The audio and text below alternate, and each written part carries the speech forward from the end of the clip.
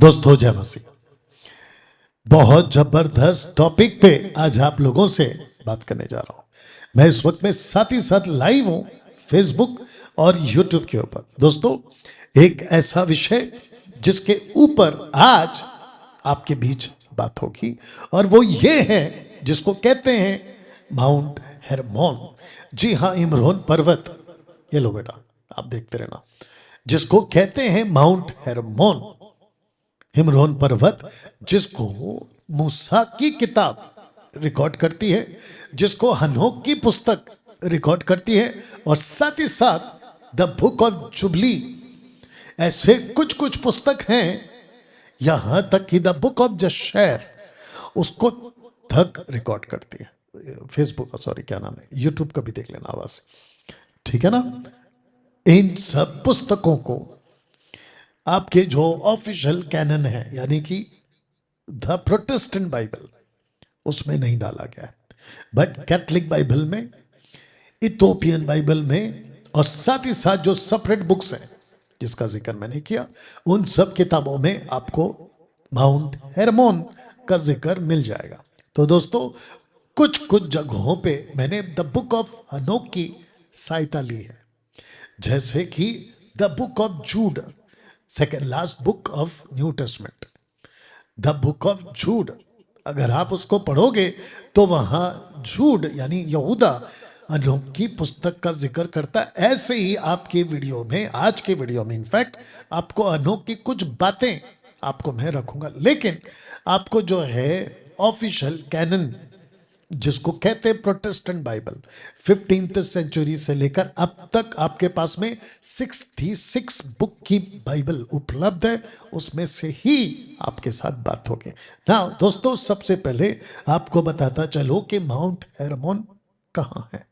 ये पड़ता है इजराइल में। साथ ही साथ आपको बताता चलूं, ये सीरिया और लेबनान के बॉर्डर पे पड़ता है। चलिए दोस्तों, ये हो गया माउंट हेरमोन का सबसे पहला परिचय।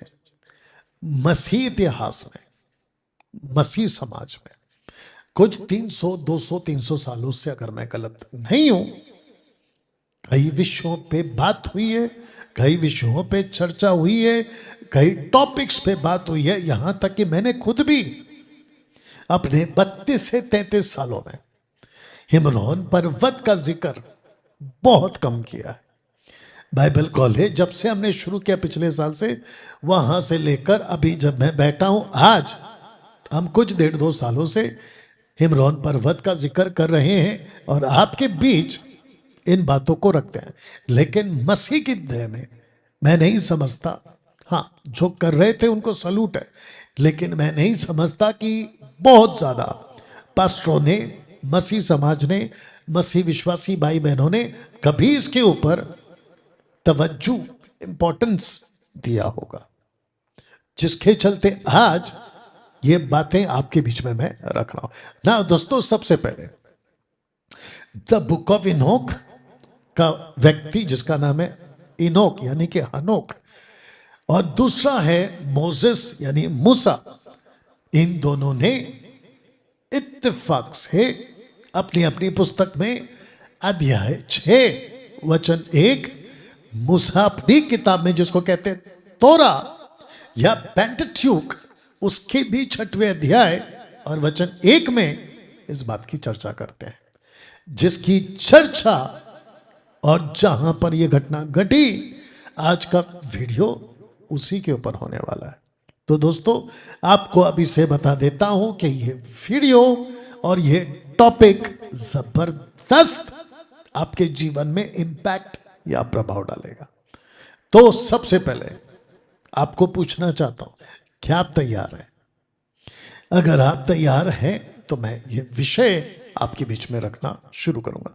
तो दोस्तों हनोक 6:1, उत्पत्ति 6:1 में एक घटना घटती है और उसको कहते हैं सन्स ऑफ गॉड, परमेश्वर के पुत्र पृथ्वी पर हिमरोन पर्वत पर उतरते हैं और एक घटना वहां से घटती है और जिसका असर या असर, माफ करना, अभी तक और एंटी क्राइस्ट के आने तक होता रहेगा, जिसके चलते दोस्तों आपके बीच वचन रखूंगा और मैं चाहता हूं कि नतानियल हम सब के लिए, आपके लिए वचन को पढ़े। यस। फिर जब मनुष्य भूमि के ऊपर बहुत बढ़ने लगे और उनके बेटियां उत्पन्न हुई। बस एकदम चीटी भर का मास्टर कम करना, बिल्कुल चीटी भर का कम करना आपको, या काफी है। अब सबसे पहला वचन कहता है कि जब मनुष्य भूमि के ऊपर बहुत बढ़ने लगे, स्पेसिफिक सटीक तरीके से एक शब्द रखा है, लिखा है कि उनके बेटियां उत्पन्न हुई, बेटियां। अब इसको पढ़िए। तब परमेश्वर के पुत्रों ने मनुष्य की पुत्रियों को देखा कि वे सुंदर हैं, सो उन्होंने जिस जिसको चाहा उनसे ब्याह कर लिया। ओके, अब लिखा है कि वचन ऊपर एक में बेटियां देखी मनुष्यों की, और जो एंजल्स जिसको परमेश्वर के पुत्र कहा गया है, वो जब हिमरोन पर्वत पर नीचे उतरे तो उन्होंने देखा बेटियां मनुष्य की सुंदर है। बट जो शब्द है लालसा की, चाहा शब्द है, चाहा, चाहत पैदा करी, और लिखा है कि उनसे बकायदा शादी की बात की। पढ़िए उसको। जब परमेश्वर के पुत्रों ने मनुष्य की पुत्रियों के पास गए, तब उनके द्वारा जो संतान उत्पन्न हुए वे पुत्र शूरवीर होते थे। ओके, अब प्रश्न उठता है कि परमेश्वर के पुत्र मनुष्यों के पुत्रियों के पास गए तो लिखा है कि उन दोनों के क्या, जिसको कहते हैं कि आपस में मिलने से जो बच्चे पैदा हुए वो शूरवीर थे, और जिसके चलते इंग्लिश में शब्द आया है रिनाउंड, जिसका मतलब होता है, अर्थ होता है हाईली रिस्पेक्टेड, हाईली रिस्पेक्टेड, बहुत ऊंचा सम्मान। ये कब हुआ? जिसको कहते हैं आफ्टर द फ्लड, यानी कि बाढ़ के बाद। अब प्रश्न उठता है कि इनको इतनी इज्जत क्यों मिली? किसको इज्जत मिली? ना स्वर्गदूत को इज्जत मिली, ना लड़कियों को इज्जत मिली, लेकिन उनके बच्चों को इज्जत मिली। आप कभी गौर किए थे? परमेश्वर का वचन कहता है, मूसा लिखता है कि जो शूरवीर थे, जिसका इंग्लिश ट्रांसलेशन है रिनाउंड, उनको इतनी इज्जत क्यों? कुछ तो कनेक्शन है ना। तो आगे तो मैं डिटेल में बताऊंगा आपको, अभी से आपके दिमाग में ये शब्द डाल देता हूं कि उनको इज्जत इसलिए मिल रही है क्योंकि एक अलौकिक ताकत से मानव जाति उस वक्त में, खास करके एक ग्रुप जिसको कहते हैं कैनानाइट्स, यानी कि कनानी, मूर्ति बनाकर वहां से ताकत हासिल किया करते थे।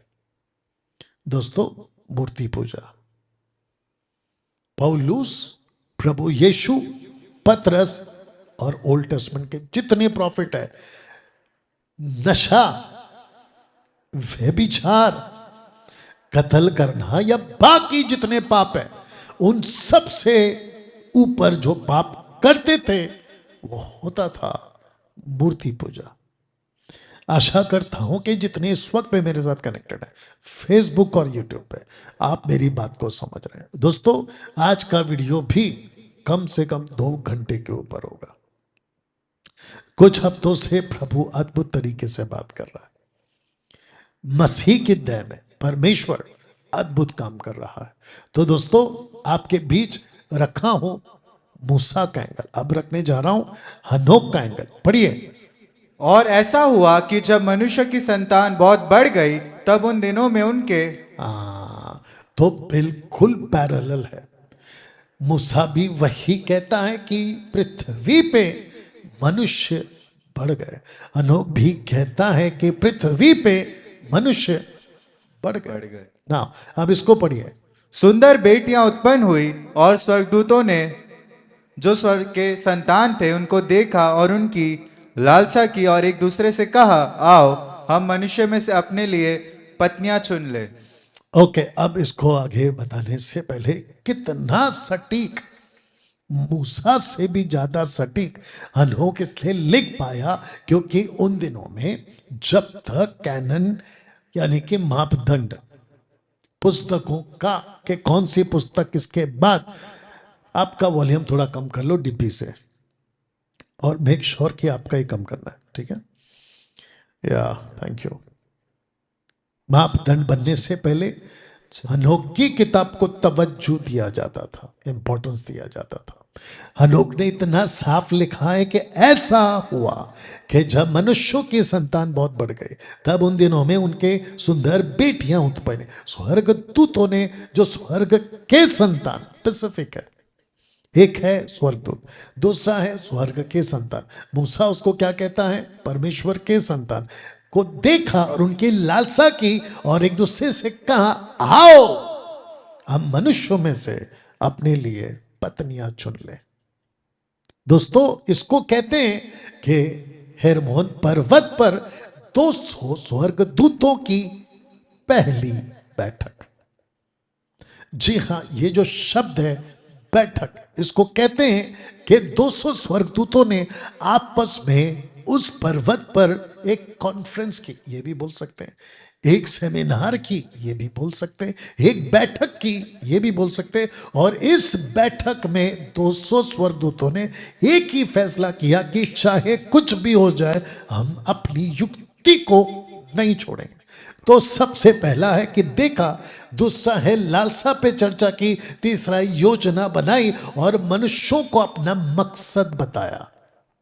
मनुष्यों को अपना मकसद बताया। अब ये मकसद क्या है? जैसे आप आगे बढ़ोगे तो आपको बताता चलूंगा। और नीचे लिखा है एक्सचेंज ऑफर। मनुष्यों से कहा कि हम तुमको स्वर्ग की शक्तियों का रहस्य बताएंगे, हम तुमको वहां की जो ताकतें उसको बताएंगे, साथ ही साथ हम तुमको यह भी सिखाएंगे कि कैसे अपने आप को तरक्की पे लाना है। आप चांद पे कैसे जा सकते हैं, आप आकाशगंगा में कैसे जा सकते हैं, आप सूरज को साइंटिफिकली कैसे स्टडी कर सकते हैं, आप तारों को फ्यूचर कैसे देख सकते हैं, साथ ही साथ वेपन्स, और फिर दुनिया भर के जितने भी आज महिलाओं के जो फैशन के इक्विपमेंट्स है या फिर यंत्र हैं, या वो जो भी करती हैं, वो सब कैसे तुम सुंदर और बन सकती हो। इस पृथ्वी पर जादू कैसे कर सकते हैं, इस पृथ्वी पर जादू टोना से कैसे बच सकते हैं, आप कैसे वेपन्स को बना सकते हैं, इन सब का रहस्य हम तुमको सिखाएंगे। बस बदले में हमको तुम्हारी बेटियां दे दो। इसको कहते हैं कि 200 स्वर्गदूतों की हेमरोन पर्वत पर एक जबरदस्त बैठक। हाँ दोस्तों, आइए इसको पढ़ते हैं। यस बेटा। कि इस युक्ति को ना छोड़े परंतु यही काम करे। फिर उन सब ने एक साथ शपथ खाई और उस पर परस्पर दोष लगाकर अपने आप को बांध लिया। ओके, ये जो शब्द है बांध लिया, इसको कहते हैं कि चाहे कुछ भी हो जाए, हम कहां से आए हैं यानी स्वर्ग से, उसको हम त्यागने को तैयार है। हमारे पास में जो अलौकिक बॉडी है स्वर्गदूतों की, जिसको कहते हैं स्पिरिट बीइंग्स और एंजेलिक बीइंग्स, उसको हम त्यागने को तैयार हैं। और साथ ही साथ हम क्या करेंगे? परमेश्वर के साथ बगावत करेंगे, उसके खिलाफ जाएंगे। बेटा यूट्यूब पे मेरे को सुनने जैसा आवाज रखो, मेरे को पता होना चाहिए। जिसके चलते बगावत करेंगे इन सब को लेकर। आवाज रखो ना बेटा, फुल करो। हाँ बस, फिनिश। चेक करने के लिए बोला बेटा। बगावत करेंगे, जिसके चलते बैठक आप देख सकते हैं कि मैंने वहां पे डाल दिया हूं आपको समझने के लिए कि हिमरोन पर्वत पर एक जबरदस्त बैठक हुई थी। अब इसको पढ़ते हैं, पढ़िए। और वे सब मिलाकर 200 थे। और रुको, वो मिलाकर 200 थे जो जेरेड उत्पत्ति 5 का 15 में जो 6th जनरेशन है आदम का, उन दिनों में ये लोग नीचे आए थे।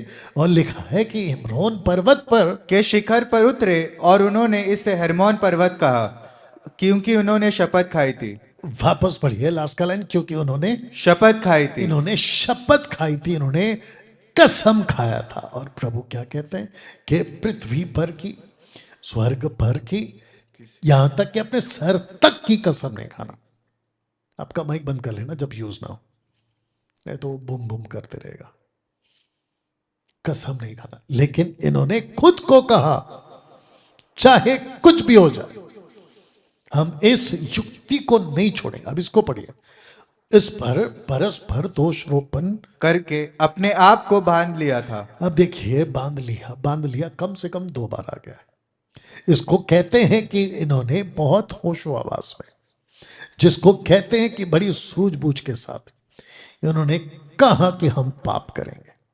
अब इसको बोलते बोलते आपके बीच में आपसे बात करता हूं, क्या कहीं आप भी ऐसे ही तो नहीं कर रहे? चाहे कितना भी पास्टर प्रचार करे पाप के ऊपर, व्यभिचार के ऊपर, मूर्ति पूजा के ऊपर, सांसारिक जीवन के ऊपर, चाहे कितना भी पास्टर प्रचार करे मैं नहीं सुधरूंगा, नहीं सुधरूंगा, नहीं सुधरूंगा, कहीं आपने भी ऐसा तो नहीं कर लिया? क्या हुआ? जिसके चलते खास करके यूथ्स, छड़ जाने वाले यूथ्स, और जो इस वक्त में मेरा प्रचार करें, क्या आपने भी ये कहीं खुद को बांध तो नहीं लिया? इंग्लिश में इसको कहते हैं सोल टाई, प्राण बंधन। चाहे कुछ भी हो जाए मैं इससे बंधा रहूंगा, और मुझे मेरी गर्लफ्रेंड से, मेरे बॉयफ्रेंड से, एक्स्ट्रा मैरिटल अफेयर से, दारू से, सिगरेट से, नशा से, ड्रग्स से, और वो सब लालच, झूठ, पाप से मैं खुद को बांध लूंगा चाहे कुछ भी हो जाए। ऐसे ही दोस्तों इन लोगों ने खुद को बांध लिया था। इन्होंने बैठक की, बकायदा, वापस पीछे जा रहा हूं, इन्होंने बकायदा बैठक की कि हम देखेंगे, मन भर कर देखेंगे। आंख जब तक तृप्त नहीं होती हम लड़कियों को देखेंगे। स्वर्गदूतों ने कहा, एंजल्स ने कहा, जिसको परमेश्वर के पुत्र कहा गया है, हम देखेंगे। जिसका हिब्रू ट्रांसलेशन है बने एलोहिम, बने एलोहिम। एलोहिम का मतलब होता है गॉड, परमेश्वर के बच्चे, रखूंगा सब कुछ। दूसरा इन्होंने लालसा करी, चाहत, जिसको कहते हैं कि देखने के बाद उनके शरीर में कामुकता पैदा की, कामुकता, जिसको कहते हैं वासना पैदा की, और फिर योजना बनाया। क्योंकि मनुष्य की लड़कियां हमको खुद को नहीं देंगी, जिसको कहते हैं संबंध बनाने के लिए, सेक्स करने के लिए नहीं देंगे, तो ऐसा क्या करें कि वो लड़कियां हमको अपना बदन दे दे या शरीर दे दे। इन्होंने योजना बनाई, और वो योजना ये थी कि हम मनुष्य बन जाएंगे, हम अपने शरीर को त्यागेंगे। यूदा कहता है कि हमेशा का निवास स्थान को त्याग कर उन्होंने जो है अपने आप को बदल दिया सांसारिक तौर पे। और फिर नीचे आप पढ़ सकते हैं कि एक्सचेंज ऑफर किया गया। अब ये क्या है आपके बीच में आके रखूंगा ना। दोस्तों इनको पता था मिस्टीरियस जाइंट कैसे पैदा करना है। मिस्टीरियस जाइंट का मतलब होता है अलौकिक दानव कैसे पैदा करें। साथ ही साथ इनको यह भी पता था हम आपस में, क्योंकि याद रखिए कि एंजल्स में टोटल स्वर्ग में पिता, पुत्र, पवित्र आत्मा और जितने भी टाइप्स के एंजल्स हैं, इनमें से कोई भी महिला यानी कि वुमेन्स नहीं है। और ये जो सिखाते हैं ना माता यरूशलेम वाले कि ऊपर एक माता है, टोटल बकवास टीचिंग। ऊपर कोई औरत नहीं है। यहां तक कि जितनी महिलाएं मरती हैं, औरतें, सिस्टर्स, अभी भी और पिछले समय में जितनी भी महिलाएं मरी हैं वो सब के सब पुरुष हैं। बाप रे, ये कैसे? अभी बताते हैं। क्योंकि परमेश्वर ने पहले आदम को बनाया, उसी के अंदर उसने औरत भी बनाई। तो आदम और औरत यानी एडम एंड ईव दोनों भी पुरुष है। इसलिए परमेश्वर ने कहा आओ, माइक में बोल दिया करो, आओ हम अपने स्वरूप में मनुष्य को बनाए। प्लूरल नहीं है, सिंगुलर है। मनुष्य को बना। 1:26 उत्पत्ति 1:26 मनुष्य कहा उसने। और उत्पत्ति 5 का 2 और 3 में उसने नाम क्या दिया दोनों को? आदम। आदम सिंगुलर। बताइए यहां तक ठीक है? तो इनको पता था, माइक बंद करो, इनको पता था इनको पता था कि बच्चे अगर आएंगे तो औरत से ही आएंगे। तो जिसके चलते दोस्तों पढ़िए इसको, जिसके चलते मलाकी 2:15 में क्या लिखा है, परमेश्वर योग्य संतान चाहता है। पढ़िए। क्या उसने एक ही को नहीं बनाया? ओके, तो पुरुष हो या स्त्री हो, पुरुष के लिए स्त्री, स्त्री के लिए पुरुष, एक ही को बनाया, जबकि और आत्मा उसके पास थी। अब यहां पे आत्मा शब्द है, ना तो पुरुष ना तो स्त्री, आत्मा शब्द है। ऐसा क्यों? इसलिए मैंने कहा था कि परमेश्वर हमको पुरुष और स्त्री के जेंडर में नहीं बांटता, वो हमको स्पिरिट बुलाता है, आत्मा। आगे बढ़िए।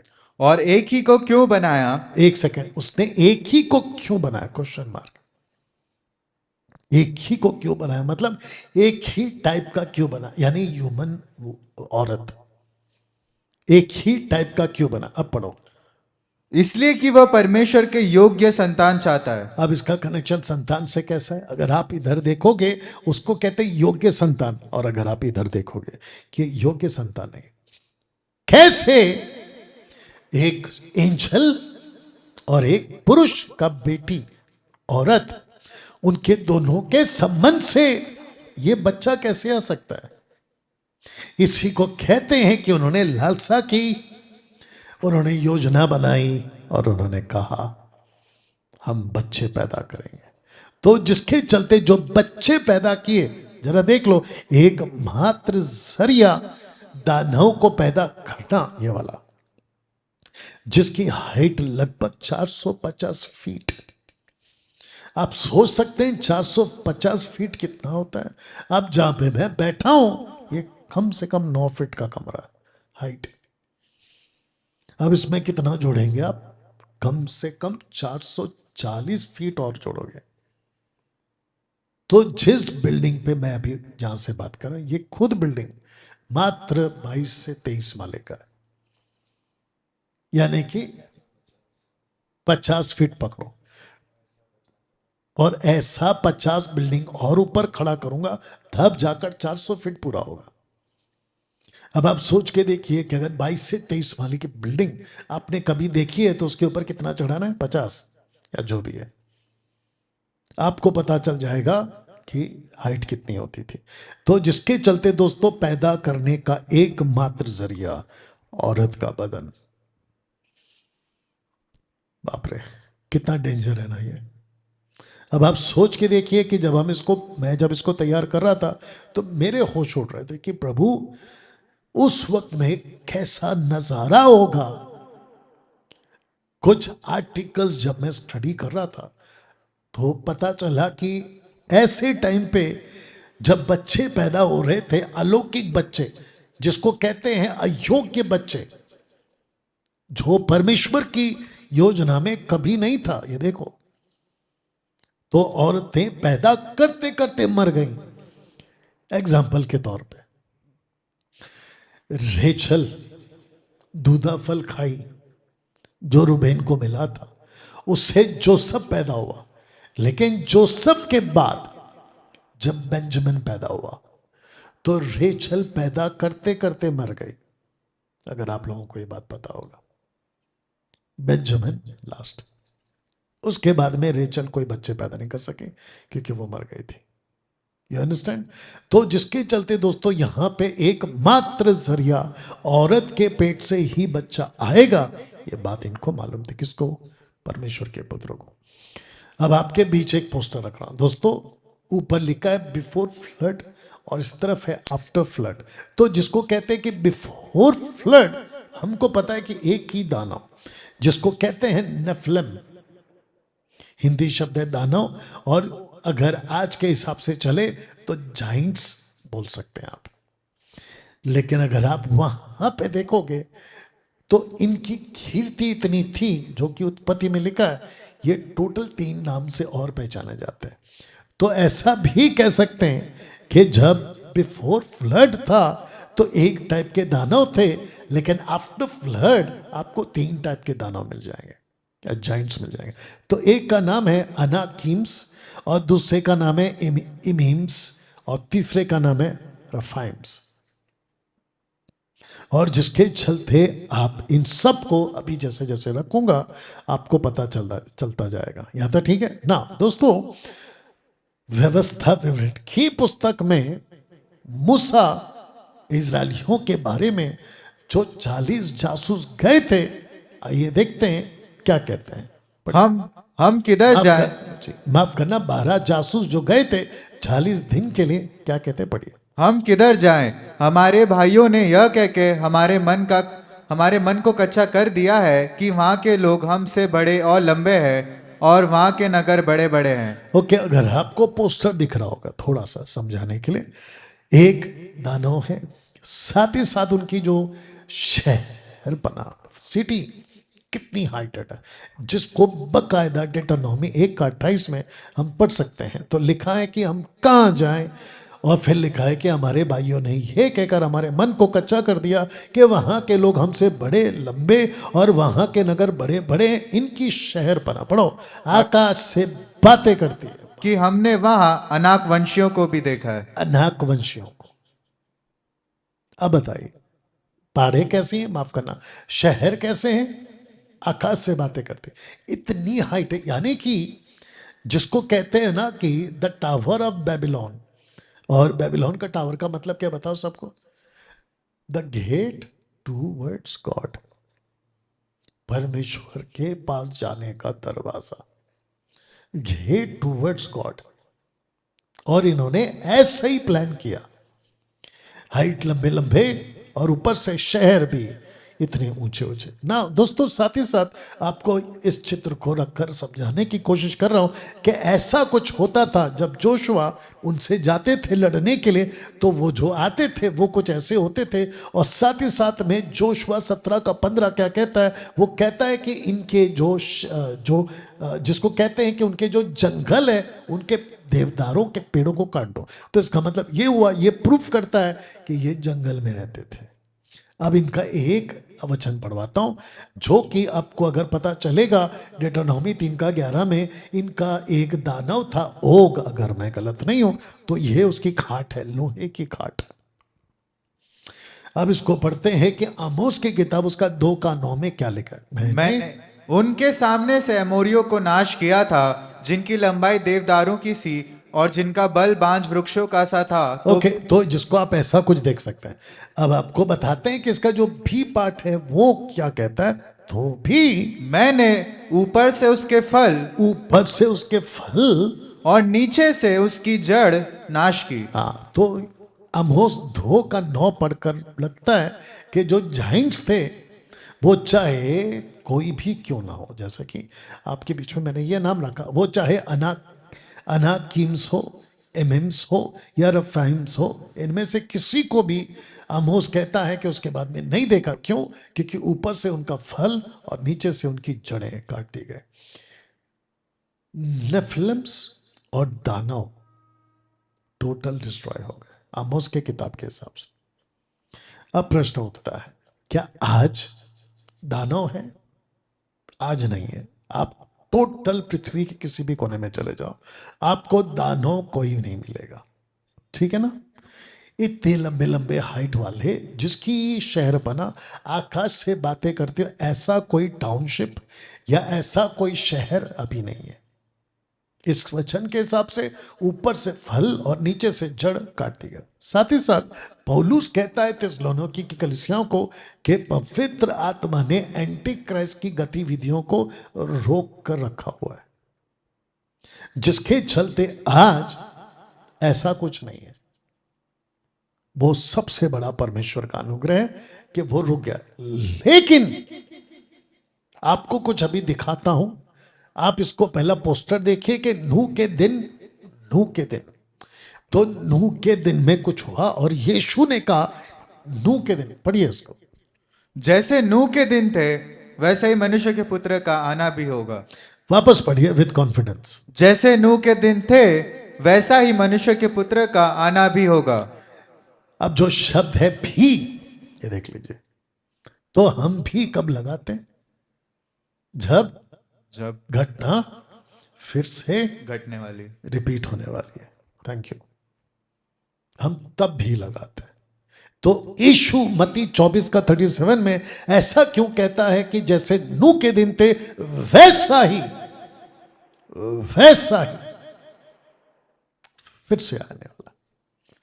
तो फिर प्रश्न उठता है कि अगर इस वचन के हिसाब से नेफिलिम जा चुके हैं तो फिर यीशु ने ऐसा क्यों कहा कि जैसे नूह के दिनों में।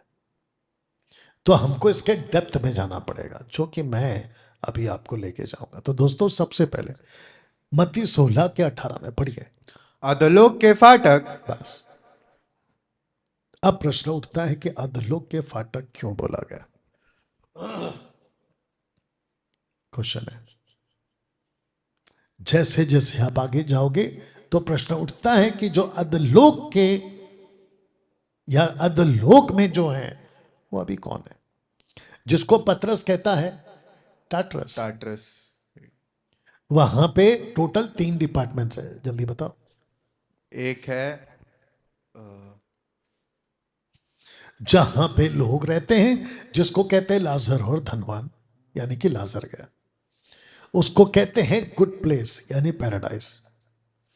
दूसरा है टॉर्मेंट टॉर्मेंट प्लेस, और तीसरा है टाटरस।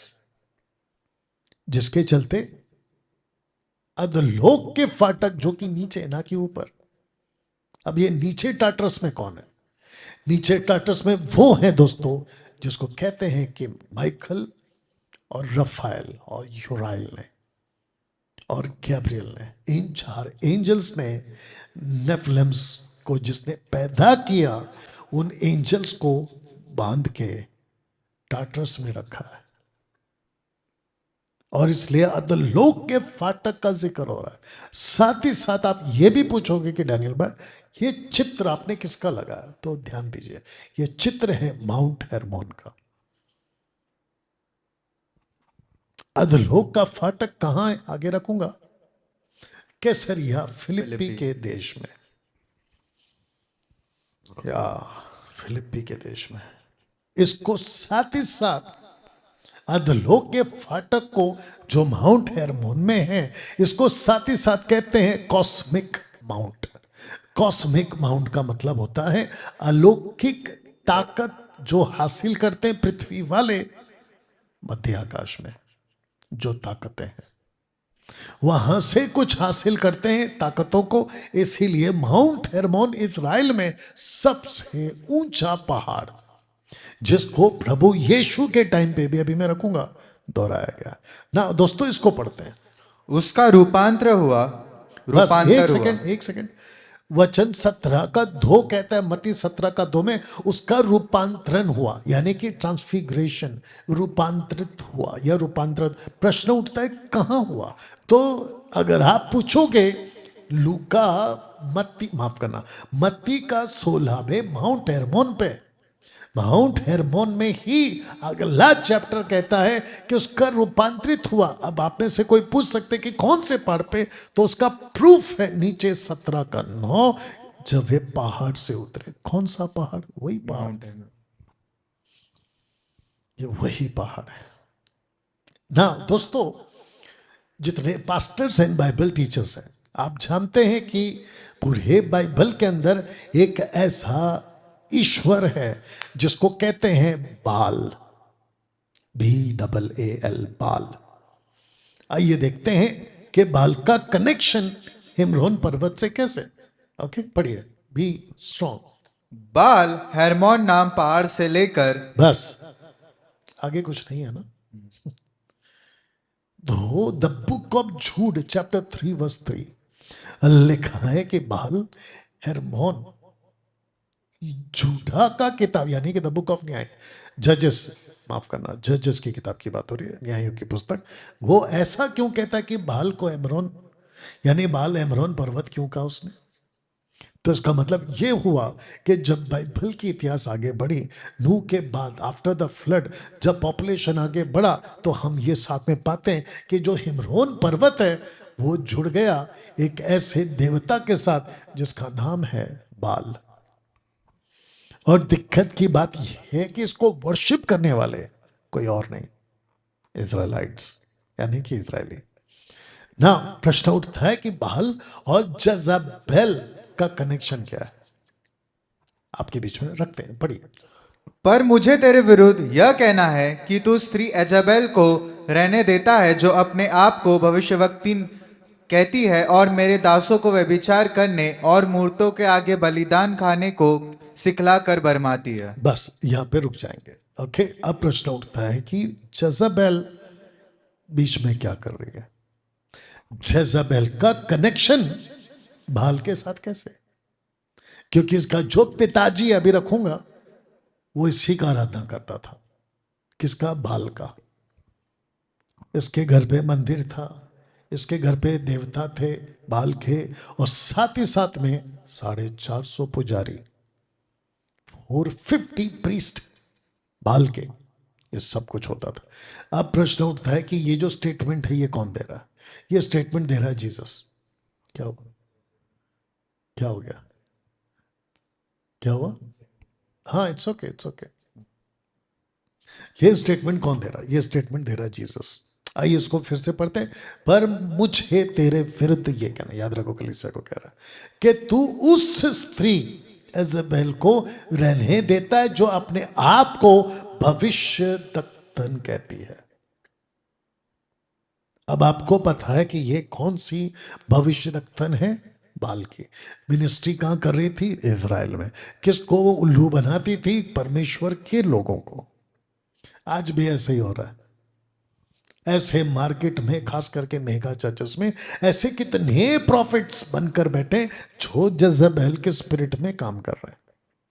तो लिखा है कि मेरे दासों को एक व्यभिचार करना सिखाती है, दूसरा मूर्तों के आगे के बलिदान खाने को सिखलाकर बर्बाद।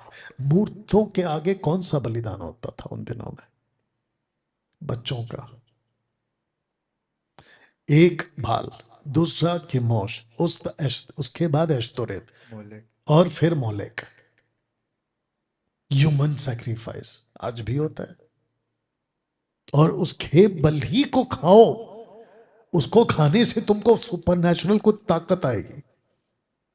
साउथ अफ्रीका में भारत के कई पास्टर्स वहां जाकर, बड़ी बड़ी मेगा चर्च वाले जाके अपनी आत्मा को बेच के आते हैं और ऐसी कुछ गतिविधियों में लिप्त है। बताइए कितना खतरनाक युग अभी भीख पर चल रहा है, जिसकी कल्पना तक नहीं की जा सकती। तो प्रश्न उठता है कि बाल और जज़ाबेल का कनेक्शन क्यों है? क्योंकि जज़ाबेल दो चीज कराती थी इस्राएलियों से, एक है व्यभिचार और दूसरा है मूर्तों की पूजा, और उसके बलिदान खाओ। मूर्तों के बलिदान से तुम्हारा कुछ फायदा होगा, अलौकिक ताकत मिलेगी, इसके चलते उल्लू बनाती थी ना। दोस्तों, अब प्रश्न उठता है कि हेरमोन, बाल और जज़ाबेल का कनेक्शन क्या? आइए पढ़ते हैं। सिदोनियों के राजा एतबाल की बेटी। एक सेकंड, कौन सी? सिदोनियों। नहीं, नाम क्या? एतबाल। एतबाल। तो बाप का नाम क्या है? एतबाल। तो एतबाल, एतबाल। बाप इतना ज्यादा लिप्त था इस बाल के पूजा में कि उसने खुद का नाम एतबाल। आगे पढ़ो। की बेटी एजाबेल को ब्याह कर। बेटी तक के नाम में बैल मिल जाएगा। एजबेल, एतबाल, एजबेल। बता, जज़ाबेल को ब्याह कर, पढ़ो, बाल देवता की उपासना की और उसको दंडवत किया। किसने? आहाब ने। Ahab, the most corrupted king of Israelites, divided nation, northern kingdom. बताइए, अब इसको पढ़िए। एजाबेल यहोवा के नबियों को नाश करती थी।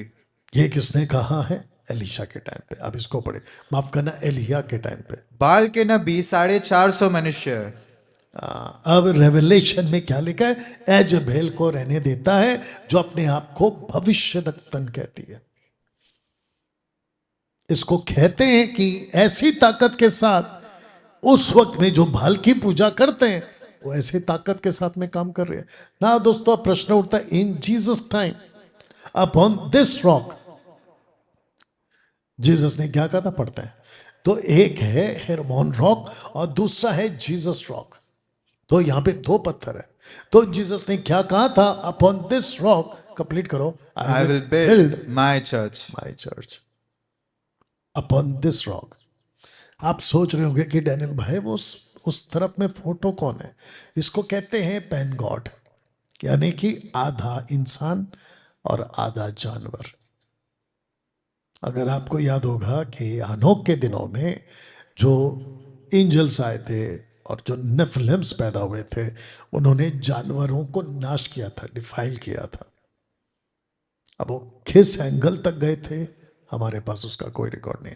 तब जाकर ये भी आपका मान्यता है उन दिनों में, यीशु के टाइम पे पैन गॉड के नाम से, हिस्ट्री में चेक करिए मिल जाएगा। तो इसको कहते हैं कि upon this rock and Jesus himself is a rock. पढ़िए। क्योंकि जैसी हमारी चट्टान है वैसी उनकी चट्टान नहीं है। हाँ, तो यहाँ पे कितने टाइप के चट्टान हो गए? तो एक है हमारी चट्टान और दूसरे है उनकी चट्टान। तो कहावत थी वहां पे कि वहां पे कुछ चट्टान ऐसी हैं जिसको कहते हैं पैन गॉड। दूसरा, मुझे छोड़ कोई चट्टान नहीं, मैं किसी और को नहीं जानता। तो इसका मतलब ये हुआ कि यशायाह कहता है परमेश्वर के प्यार में, मुझे छोड़ कोई और चट्टान नहीं, मैं किसी दूसरे को नहीं जानता। अब दोस्तों प्रश्न उठता है